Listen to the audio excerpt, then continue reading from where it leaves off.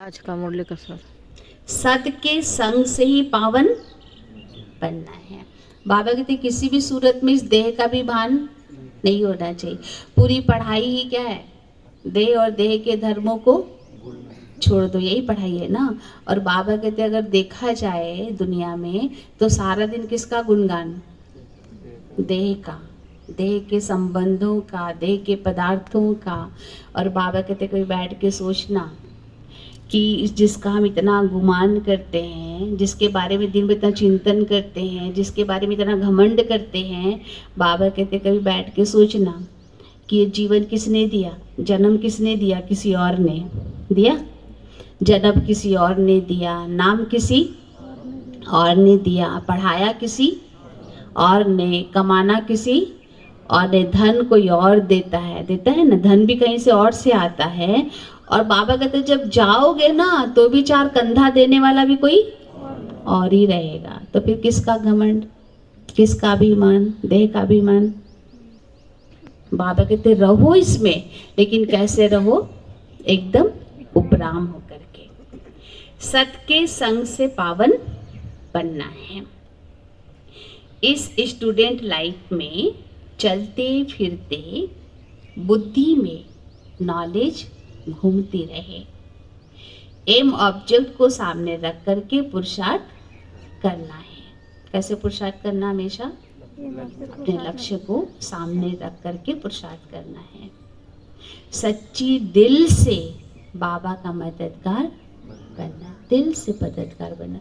इसको उसको देख के नहीं करना। बाबा कहते कुछ नहीं करना किसी को देख के, वो करेगा वो पाएगा, हम करेंगे हम पाएंगे। आज का वरदान है अव्यभिचारी और निर्विघ्न स्थिति द्वारा फर्स्ट जन्म की प्रारब्ध प्राप्त करने वाले समीप और समान भव।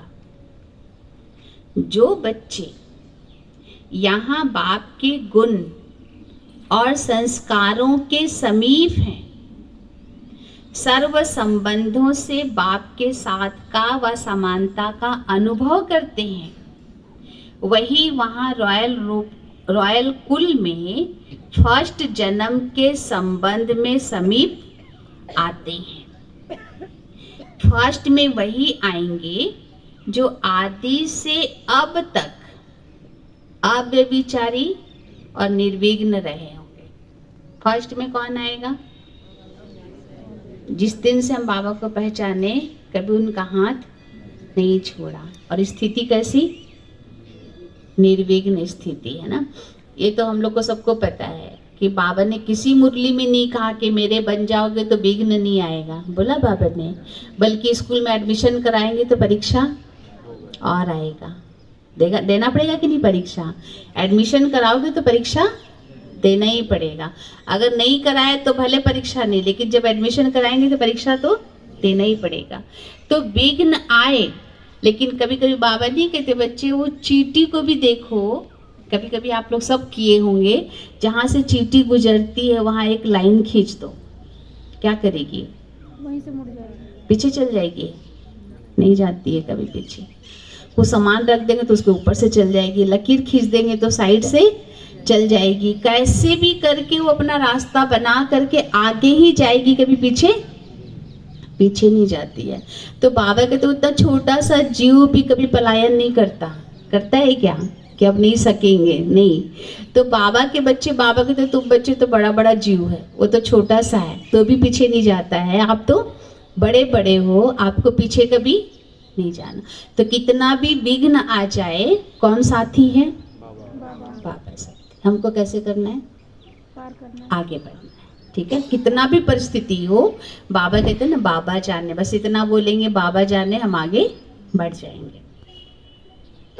निर्विघ्न का अर्थ यह नहीं है कि विघ्न आवे ही नहीं, लेकिन विघ्न विनाशक व विघ्नों के ऊपर सदा विजयी रहे। यह दोनों बातें यदि आदि से अंत तक ठीक है तो फर्स्ट नंबर में साथी बनेंगे। अगर कभी बाप का हाथ नहीं छोड़ा और निर्विघ्न स्थिति रखे तो फर्स्ट नंबर से कोई रोक नहीं सकता है। और स्लोगन में बाबा ने कहा, साइलेंस की पावर से नेगेटिव को पॉजिटिव में परिवर्तन कर दो। कौन सा पावर से परिवर्तन कर सकेंगे? साइलेंस पावर से। कभी कभी हम देखते हैं, जैसे भी शिवरात्रि है, चाहे दुर्गा पूजा है, कुछ भी ऐसा होता है, या हम स्टेशन पे खड़े हैं, या जिसका स्टेशन के बगल में घर है, आप देखिएगा हमेशा ट्रेन का आवाज़ आता है ना, पंछियों का आवाज़, ट्रेन का आवाज़, या जिसका रोड के किनारे घर है तो दिन भर हॉर्न आवाज़, कितना आवाज़ आता है, बहुत आवाज़ आता है। बगल में मंदिर हो तो घंटी का आवाज़, रात दिन कितना आवाज़ होता है। लेकिन मैं समझती हूँ उस आवाज़ से ना अपना खिड़की दरवाज़ा बंद कर लेते हैं और अपना आराम से सो जाते हैं। आप कभी स्टेशन के बगल में जिसका घर है ना, पूछना नींद आता है क्या, बोलेगा आता है। लेकिन अभी यहाँ ट्रेन का आवाज़ आएगा तो सबका ध्यान उधर ही। दिक्कत होगा, है ना। गाड़ियों का आवाज़ होगा, ट्रेन का आवाज़ होगा, पंछियों का आवाज़ होगा, लगेगा कितना आवाज़ है ना। तो बाबा कहते, बच्चे जिसने ये सोच लिया कि आवाज़ आएगा, जिसने स्वीकार कर लिया कि आवाज़ आएगा, ये मेरे कंट्रोल में नहीं है। ना हम पंछी को रोक सकते हैं, ना हम ट्रेन का आवाज़ को रोक सकते हैं, ना हम सड़क पे चलने वाले गाड़ी का आवाज़ रोक सकते हैं। जिसको पता हम नहीं, मेरे कंट्रोल में नहीं है, तो कैसे रहता है? एकदम आराम से रहता है। उसको कोई फर्क ही नहीं पड़ता, भले आवाज़ हो रहा है, उसको कोई फर्क नहीं पड़ता। आप साइलेंस उसके घर पे जाइएगा ना, तो आपको लगेगा आप इतना आवाज़ में कैसे रहते हो। क्या बोलेगा? मेरे कंट्रोल में थोड़े है। जब मेरे कंट्रोल में नहीं है तो स्वीकार कर लिया। तो बाबा कहते जब विघ्न आवे ना, संबंधों से आए, वैभव से आए, रिश्ते से आए, जैसे भी करके परीक्षा आती है, शरीर से आ जाए, जैसे भी परीक्षा आए, इधर ताको और मुख से अंदर से क्या निकले? मेरे कंट्रोल में थोड़े हैं, है? संबंधों से भी आता है, मेरे कंट्रोल में है।